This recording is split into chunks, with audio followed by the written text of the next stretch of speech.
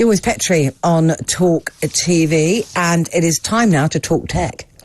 Burton Kelso is with me now. He's a chief tech expert at Integral in Kansas City. Good morning, Burton. Good morning, Petrie. How are you? I'm good. I'm really excited. I love technology. I want to start with Google, OBS, and the sentient Google computer, or is it? That's a good question. It almost reminds you of the movie Blade Runner. Do androids dream of electric sheep? I love that film. I do too. Yeah. And it begs the question, but the problem is that Google's AI is not sentient, because basically it is just responding to what programmers have entered in. I think a Google employee was recently fired because he claimed the Google AI had become aware. But basically all it was doing was responding to complicated questions that it was being asked. So it's not like Google AI has experienced love.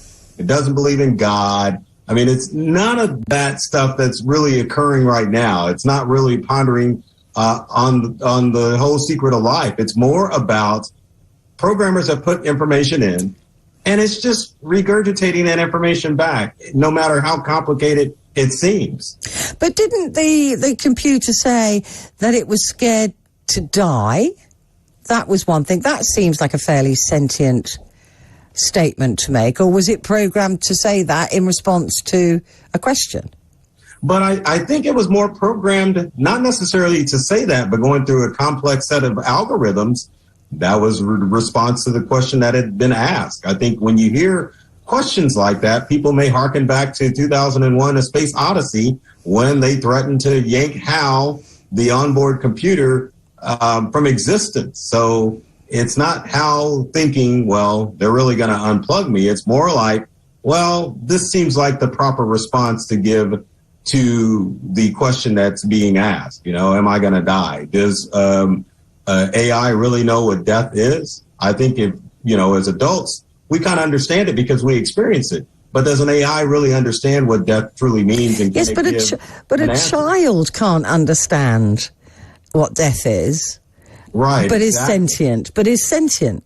And they don't know what God is, but they are sentient.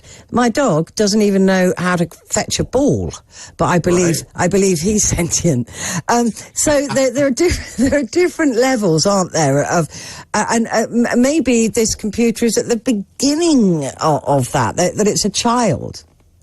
It's a good possibility that the computer is at the child stage, but remember, when it comes to kids and the things that they respond to, a lot of them just kind of respond back to what they hear or what their interpretation of what the question is. So it doesn't necessarily mean that if a computer says, I'm afraid to die, that it really actually understands what that means. It's just more of an auto response as opposed to it's become aware.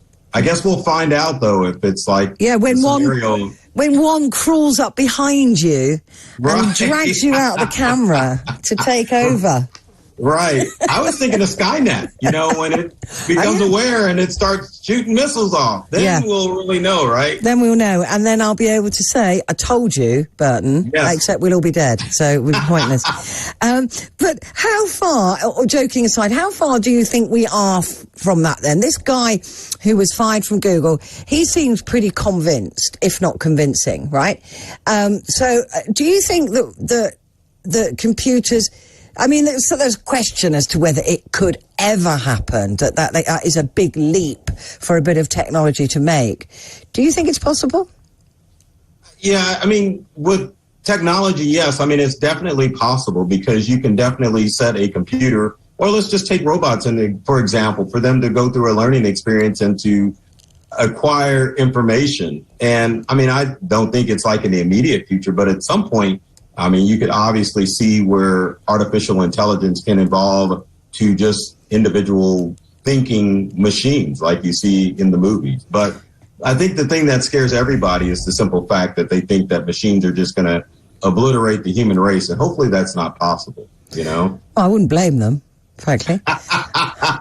we're a very revolting species, to be fair. Right. Where do you think this technology will grow, because I can't help but noticing, you're sort of looking eastwards, that Japan particularly, it is phenomenal with its sort of Android technology. Do I mean that sort of robot technology, the way they get them to walk now, and the way they can teach them? I mean, it is extraordinary what they do. Is it likely that it will be Japan that will come up with this sentient technology? And will that be a world beater for everything else? That country will become the dominant country if they can achieve that?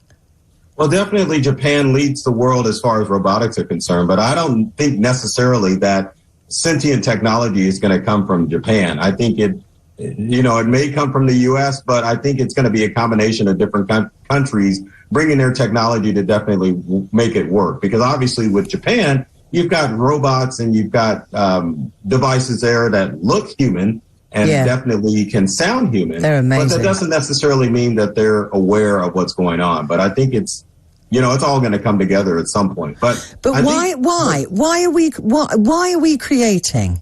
Why do we even want to create a thing, right, that it could kill us all?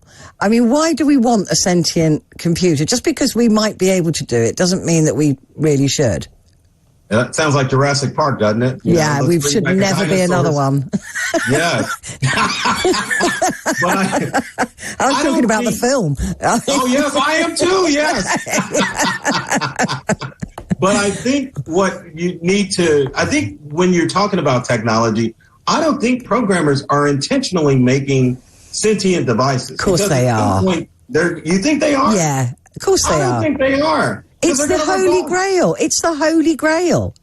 It's like if somebody could actually physically prove there was a God in terms of religion. In terms of computers, that has got to be the accolade, hasn't it?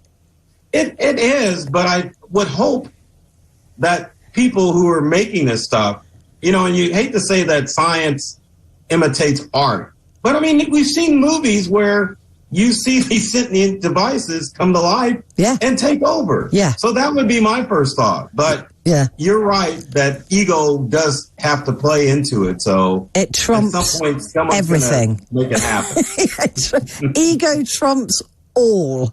I mean, look, there's wars going on. That's proof of that. Right. Let's have a look at bias removal. This is very interesting. There's a friend of mine who's invested in a company that removes bias in recruitment, and she bores on about it, to be honest, and I don't understand it. But I do understand that is a process now that we're trying to develop. Explain a little bit more. Yeah, so with that, you want to be able to have technology that's able to pick out people from all races and creeds. And it doesn't necessarily happen in the technology world because I hate to admit it, but, it's a white male dominated industry. So you have the people that design this stuff. They're not able to see it from different walks of life. So you have it where it's biased against certain races. And so the whole process is to add a little bit more diversity to the technology industry so that you can create tech that's going to benefit all races on the planet. So, I mean, that's the biggest challenge. Isn't it programmed by an industry that is overwhelmingly white, middle-aged men? I mean, that's, it's very difficult, isn't it, to create outside of that? Heck yeah, it is. I mean, that's the biggest challenge, and that's why it's a problem. Yeah. Because they won't diversify tech. Because I think 60% of people that are in tech are white males, and of course, all the executives that are in tech, you're looking at 80% of the industry of executives are white males. So obviously, that's why it's a problem, and that's why it needs to be taken care of. Yeah, it's just ironic we're asking white males to sort it out. Let me ask you briefly, if we can, the latest cyber threats that I've got to be aware of.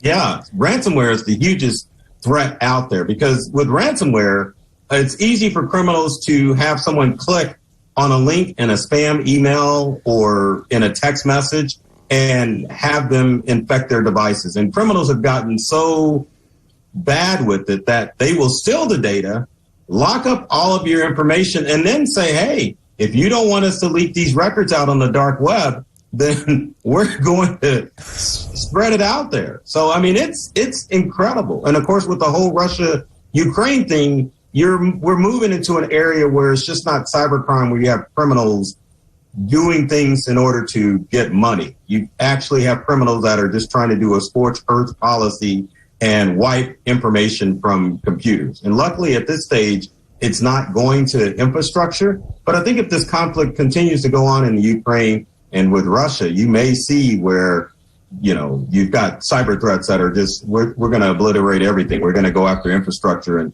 shut down internet, shut down satellites and public utilities. So, I mean, that's the scary thing that we have to worry about. But we'll all be killed by robots by then. We'll be fine. Or dinosaurs. Or right? Dinosaurs. The robot dinosaurs, even worse.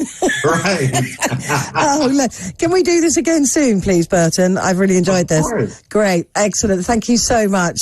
Burton Kelso, there, Chief Technical Expert at Integral in Kansas City. Stay with us on Talk.